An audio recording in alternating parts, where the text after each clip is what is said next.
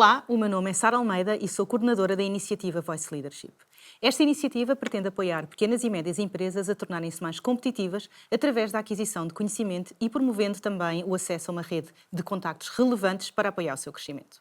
Para além do programa formativo presencial, a iniciativa conta também com conteúdos complementares que pretendem explorar temas muito específicos de interesse para as PME. Hoje temos connosco o Nuno Saraiva, General Manager da L'Oréal Luxe, em Portugal, e membro da direção ibérica. Acumula mais de 13 anos de experiência em gestão de marcas, mídia, vendas e retail. O Nuno é também um dos nossos oradores convidados na nova SBE para temas relacionados com o futuro de marketing e impacto da inteligência artificial. Nuno, muito obrigada por estares aqui connosco no nosso estúdio da nova SBE para esta sessão de mentoria online. Tenho aqui vários temas que vamos falar hoje, sendo que o tema da inteligência artificial, se calhar quando pensamos em PMEs, é algo que pode não ser ainda prioritário, não é? Porque as PMEs têm aqui uma limitação de recursos que depois complica um bocadinho o acesso a estes temas. Mas antes de entrarmos aqui no universo mesmo das PMEs, quais são as principais áreas em que a inteligência artificial está a impactar o trabalho e, neste caso, especificamente em marketing? Olha, antes de mais, muito obrigado à Nova, muito obrigado, Sara, por esta conversa. Eu acho que introduz muito bem o tema, sabes? Eu acho que, de facto, quando falamos das PMEs e pensamos em inteligência artificial, parece mundos um bocadinho distantes, não é? Porque estamos a falar do mais moderno, mais atual. Exato. E depois estamos a falar de empresas que estão ainda num estágio de desenvolvimento, não é? Que parece que não vão conseguir chegar lá. Mas eu acho que essa é a grande mudança que vivemos agora, e se calhar já lá estamos um bocadinho mais à frente, que de facto torna alcançável para qualquer empresa a utilização da AI. O que é que eu acho que é super relevante? Olha, no marketing tem havido várias áreas que estão a ser muito transformadas. Não vou dizer que foram todas agora, não foram todas nestes últimos anos, nestes últimos 3 anos em que ouvimos falar muito de inteligência artificial. Algumas já começaram antes, mas tiveram todas um grande impulso, diria assim, com as novas tecnologias. Olha, o que é que eu acho que foi super impactante? Em primeiro lugar, tudo o que tem a ver com personalização e segmentação. Ou seja, nós já há muitos anos... De clientes. De clientes. Exatamente. De clientes, de experiência de cliente, seja desde um supermercado que quer seguir a sua base de dados e perceber como é que pode fazer ofertas mais targetizadas, num programa de fidelização, ou uma farmácia, ou qualquer pequeno negócio, seja uma lógica muito mais de on the moment, de uma experiência de visitar um site. Não é? Temos um consumidor a visitar o site da nossa marca, do nosso produto, e ele pode ter uma experiência personalizada ao longo do percurso de adoração que tiver no site. Não é? O que é que isto transformou? No fundo, nós já tínhamos há muito tempo a recolha da informação do que se passava nos nossos websites. Não é? Ou seja, quando um consumidor entra no seu telemóvel, no seu computador, num website para fazer a sua compra, a maior parte dessa informação, seja onde é que ele clicou, quanto tempo é que teve, que produtos é que viu, já estava disponível. O que é que não estava disponível? Do lado das empresas, a capacidade de agir sobre cada uma destas informações. Porque, no fundo, se nós pensarmos, não é preciso ser uma grande marca para termos vários milhares de visitas ao nosso website por semana.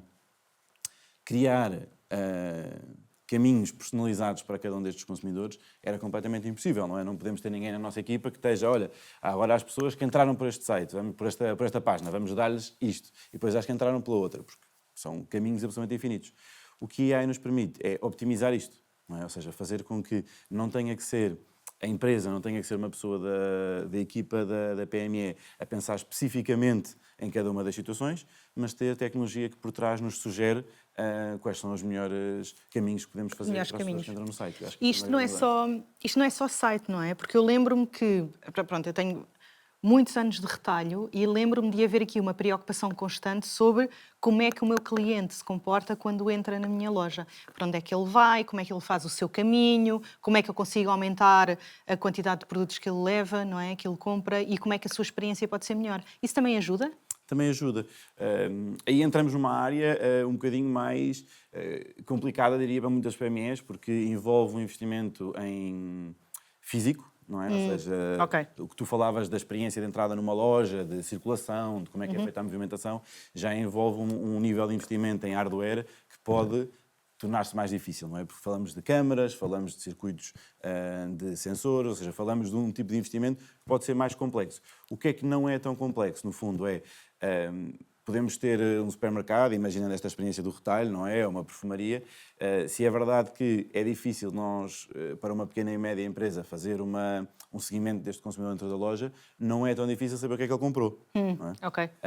E essa parte toda, seja offline, seja online, porque no fundo é o mesmo tipo de informação, ou seja, mais detalhada no online naturalmente, mas é o mesmo tipo de informação, com a inteligência artificial conseguimos aplicá-la muito mais. Eu acho que, sobretudo, a boa notícia nesta área é que não é algo que tenha que ser desenvolvido para esta PME, não é? Ou seja, para o meu negócio. Eu não vou ter que desenvolver uma coisa para o meu negócio. Não é? Eu vou usar o que em inglês muitas vezes se chama como software as a service, que seria a utilização de software, não é? Ou seja, de uma plataforma como um serviço, em que nós contratamos, no fundo, um serviço, em que o serviço é a utilização da plataforma, e vou dar, se calhar, o exemplo mais óbvio, que é o Shopify, por exemplo, que acredito que seja a plataforma utilizada pela maior parte das pequenas e médias empresas. Através do Shopify nós já conseguimos utilizar ferramentas, algumas incluídas nos pacotes mais básicos, outras que são plugins, no fundo são coisas adicionais que temos que comprar como um serviço para aplicar, mas que permitem desde o tradicional acrescente 20 euros e tenha os portos grátis, não é? Que permite que o consumidor faça aquele adicional no seu cabaz antes de sair com o benefício dos portos grátis, seja a publicidade que aparece no próprio site, não é? A pessoa está a ver, imaginemos, está a ver um shampoo para cabelos com caracóis, e nessa mesma página, para ele especificamente, não é? Porque antes esteve a ver um produto para pentear, então para ele especificamente vai aparecer um produto para pentear para caracóis, não é? E para outra pessoa que se calhar tivesse estado a ver produtos masculinos antes, porque estava a comprar para ela e para o marido, se calhar vai-lhe aparecer esse produto, não é? Dentro do próprio site. Então esta personalização em que ninguém está a definir, não é? Em que ninguém está a pensar especificamente as milhares de combinações possíveis que existem, é a grande diferença, porque ninguém tem que pensar, a máquina vai optimizar da melhor forma. E o bom disto é que a máquina tendencialmente aprende, porque vai testar coisas que podem funcionar ou não funcionar, e as que não funcionarem vão ser aplicadas menos vezes, e as que funcionarem vão ser aplicadas mais vezes, não é? E aqui pensamos um bocadinho na experiência do website, mas isto continua com integração com plataformas de envio de SMS, com envios de newsletters, ou seja, é um caminho que pode continuar muito para além da compra naquele dia no site. E pensando aqui ao nível também de recursos humanos, será necessário também haver alguém que controle e que esteja com atenção a isso? É uma equipa inteira? É uma pessoa? Como é que uma empresa consegue decidir, e neste caso especificamente uma PME? Eu acho que existem várias possibilidades, não é? Eu acho que depende um bocadinho também de como é que o gestor vê a sua empresa, qual é como é que quer desenvolvê-la no futuro, não é? Quão importante, aqui falámos da área do e-com, quão importante o e-com é no desenvolvimento futuro da empresa, não é? Se virmos que o nosso negócio no futuro vai ser completamente e-com, então acho que faz todo o sentido nós conseguimos integrar este know-how, não é? Este conhecimento dentro da nossa empresa. Se virmos que é uma parte mais pequena do nosso negócio ou que não é a prioridade neste momento, não é? Porque, independentemente de ser uma coisa importante, não quer dizer que seja a mais importante ou a mais urgente, não é? E acho que um dos grandes desafios de uma pequena empresa ou de uma PME é a alocação de recursos, não é? Exatamente. Por isso, independentemente de ser uma coisa importante e de lhes poder dar um retorno de investimento muito elevado, pode haver algo mais importante. Por isso, eu acho que uma das coisas boas é que, de facto, há uma clara flexibilidade nesta área, não é? Ou começamos por... não necessitamos de começar com uma integração de uma equipa, não é? Ou seja, podemos ter 2 ou 3 pessoas a trabalhar nesta área, não é? E trabalhar com uma agência que nos garante depois toda a parte de implementação, acompanhamento e muito conhecimento. Exatamente, isso facilita a parte dos recursos humanos internos, não é? Exatamente. A parte de usar uma agência. Exatamente.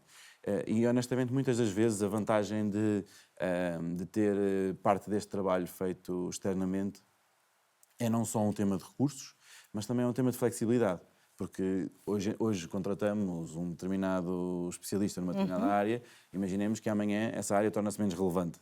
Ou que surge um novo software que nós queremos integrar, que não é o software que aquele programador sabe escrever. Não é? E então também esta flexibilidade, muitas vezes trabalhamos com uma agência, até ganhamos um nível de maturidade bastante grande, tem essa vantagem, não é? Permite-nos ser mais ágeis na mudança e integrar novas coisas, sem ter que estar sempre a integrar novas pessoas na equipa, o que muitas das vezes para as PMEs também pode ser um desafio, porque mesmo nas equipas de recursos humanos não é igual o recrutamento que fazem habitualmente para o core do seu negócio ou recrutar para a área de tecnologia. Por isso, mesmo na área de recursos humanos, pode ser um desafio recrutar as pessoas certas para montar estas equipas. Por isso, eu acho que ter esta parte de outsourcing, de externalização deste apoio, deste serviço, pode fazer muito, muito, muito sentido. Fantástico. E então dirias que para uma PME, para começar para decidir também onde colocar o esforço quando estamos a falar de inteligência artificial, dirias que pensar nisto dos recursos humanos é um primeiro passo ou devo pensar na tecnologia primeiro? Eu acho que tem que ser um caminho um bocadinho paralelo, não é? Nós começámos agora por falar de uma das grandes áreas, que eu acho que é esta da personalização e da segmentação de clientes, porque é um quick win, é uma coisa que todos nós falamos há 10, 15, 20 anos, não é? Quando começámos a conseguir recolher muita a chamada Big Data, ou seja, grandes quantidades de informação, e fazemos isso há muito tempo, não é? Os chamados cookies, não é? São um exemplo disso, mas toda a informação que nós temos dos nossos clientes, das nossas empresas, que não conseguimos analisar. E agora estamos a conseguir analisar. Eu acho que isso é uma parte muito, muito importante. Mas existem mais áreas em que estamos a ter muito, muito impacto. Por exemplo, a área da criatividade. Não é? Tudo o que tem a ver com nós trazermos para a nossa empresa, para a nossa PME, uma capacidade de sermos criativos mais rapidamente, em mais quantidade, não é? E em diversas áreas. Não é? E eu acho que isto também tem que ser uma prioridade. Porque muitas das vezes é um dos desafios das pequenas e médias empresas, ou seja, elas crescem tendencialmente associadas a um produto, a um serviço core, de onde o marketing não era a parte mais importante, não era? E tendencialmente havia aquela... Nós ouvimos muito, não é? Arranjei um jovem para me fazer as redes sociais. Não é? E esse era sempre um desafio, não é? E depois o e-com, pronto, às vezes começa, não é? Estamos a falar de negócios muito pequenos, às vezes é o filho que aprendeu a fazer um site e lançou, não é? Empresas maiores que vão abrindo porque há um empregado dentro da empresa que desafiou mais um bocado e querem ir mais para o online, mas muitas das vezes temos um bocado de dificuldade de manter estes recursos de uma forma continuada na empresa, não é? E eu acho que esta área da criatividade é uma área super interessante, porque nos últimos 2 anos e meio surgiram os novos modelos, não é, que nós ouvimos muito falar, de inteligência artificial generativa, generativa no sentido de gerar, não é? Em que, ao dia de hoje, nós geramos vídeo, geramos imagens, geramos texto, geramos inclusivamente música, não é? Que é absolutamente extraordinário. Inclusivamente, muito recentemente, o Google lançou agora o Veo 3, um novo modelo que gera vídeo com imagem e faz a própria criatividade do texto, não é? Imaginemos um filme, a interação das personagens, não é? Tudo no mesmo conceito. Por isso, de facto, existe muita coisa na área da criação de conteúdo que eu acho que uma pequena e uma média empresa pode ser absolutamente transformador. Porque é desde a criação do post, nas redes sociais, ao conteúdo para o website, criar uma newsletter que podia ser algo que demorava imenso tempo, ou não demorando imenso tempo, que não conseguíamos entregar com uma qualidade como gostaríamos. Honestamente, ao dia de hoje, isto vai pôr uma pequena empresa a poder competir ao lado de um gigante mundial. Porque nada impede uma pequena farmácia, nada impede um pequeno produtor português industrial de criar conteúdo com a mesma qualidade de um gigante mundial. Eu acho que isso é absolutamente transformador e acho que deve ser super motivador para estas pequenas empresas agora sentirem-se com esta escala e esta capacidade. Com esta capacidade. E nesse sentido, falando exatamente disto da capacidade e falando disto de pegar numa PME e ver que é possível igualar-se neste sentido com um grande, dirias que temas como a inteligência artificial, falando nisto num marketing mais moderno, se é possível falar assim, faz sentido pensar numa microempresa? Eu, por exemplo, eu tenho uma consultora, isto fazendo aqui uma sessão de mentoria entre nós, eu tenho uma consultora, é uma microempresa, somos pequenos, e sinto que quando criei o meu website, na altura não o criei com essa visão, com essa ideia de pensar no caminho, na jornada do cliente, o que é que eu vou conseguir receber de volta, não é? Aquilo foi um bocadinho uma tentativa de chamar leads. Portanto, há aqui também toda uma transformação a acontecer nos websites, não é? Na forma como eles ajudam as empresas. Sim. E uma microempresa deve já começar a preocupar-se com isso ou deve esperar até ter escala? Eu acho que sim. Eu acho que a grande mudança que a inteligência artificial trouxe foi o tempo, desde o momento em que concebemos uma ideia, não é? Ou temos um projeto, até à implementação, reduziu drasticamente. Ok. E o custo também. Sim, sim. Por isso, a verdade é que, ao dia de hoje, lançar um novo website super preparado para mobile, para o online, para a integração com todos os sistemas de mídia, e aqui se calhar falando mais do Google e do grupo Meta, não é? Com o Facebook e com o Instagram, que em Portugal são claramente os líderes para tudo o que tem a ver com chegar ao consumidor. Lançar um website preparado para isto é muito, muito rápido, não é? E já era rápido, não é? Quando falamos num Shopify já era bastante rápido, mas ao dia de hoje é praticamente instantâneo, não é? Seja desde criar uma marca, não é? Seja de criar um logotipo, até criar um próprio website, não é? A verdade é que ao dia de hoje surgem novos players todos os dias, com novas ofertas, que nos permitem ser muito, muito mais rápidos. Eu acho que isso em si é uma experiência absolutamente extraordinária. Conseguir levar a nossa imaginação, o nosso sonho, mesmo quando não temos qualquer conhecimento sobre design, sobre quando não sabemos como é que o site deve estar optimizado da melhor forma. A verdade é que ao dia de hoje não temos que pensar tanto nisso, porque conseguimos garantir isso já com estas novas plataformas. E eu acho que isso é chave, não é? E aqui já fazendo aqui um pouco um resumo do que nós estivemos a falar, uma das coisas que aprendi hoje e que me apercebi é que devemos ser cada vez mais ágeis na mudança. E esta foi a frase que tu utilizaste, especialmente quando falamos num tecido empresarial português e nas PMEs e todas as transformações que estamos a ver acontecer, especialmente ao nível de tecnologia. Esta agilidade é necessária, não é? Para conseguir, lá está, continuar a dar resposta. Outra das coisas que nós falámos aqui foi de uma das grandes mudanças que surgiu com a inteligência artificial.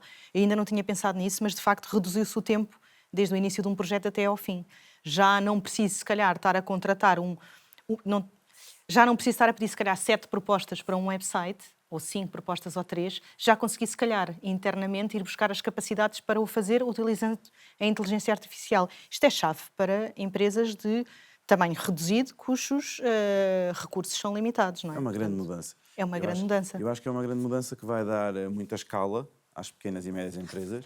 Acho que aqui, honestamente, a minha maior recomendação é testar, não é? E é começarem a experimentar as ferramentas que existem para isto. A verdade é que todos os dias surgem coisas novas, não é?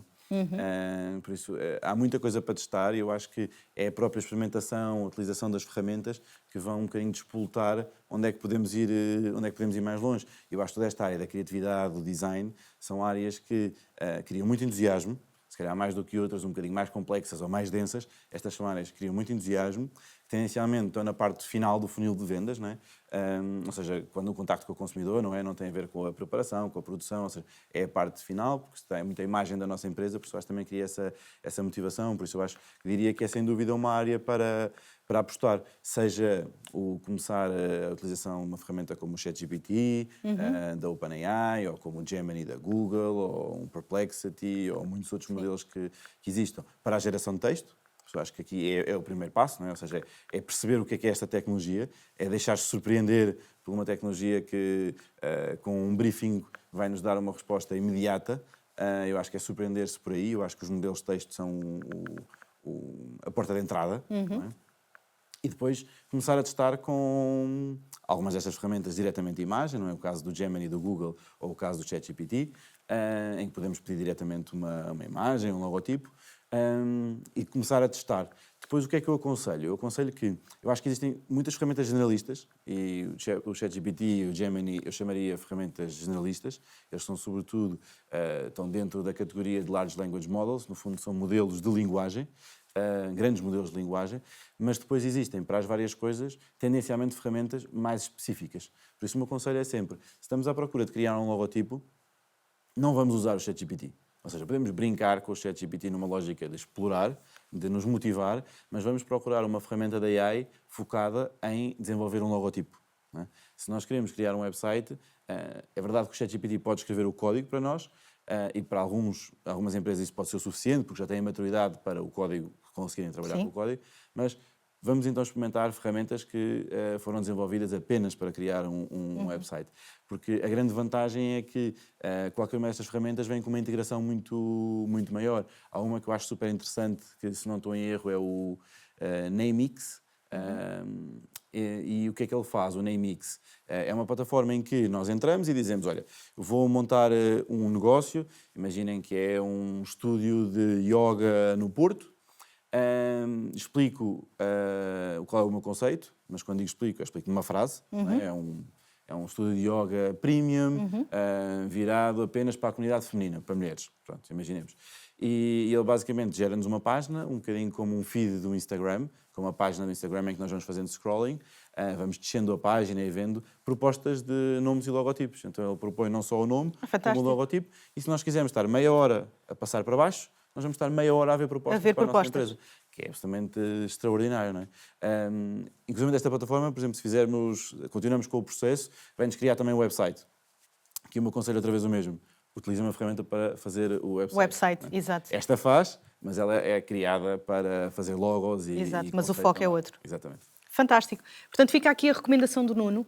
É importante saber que ferramenta é que estamos a utilizar de acordo com aquilo que precisamos. O Nuno é mentor da nossa iniciativa Voice Leadership, portanto, pode ajudar quem precisa de fazer estas sessões de mentoria e acredito que vão surgir várias questões relacionadas com isto.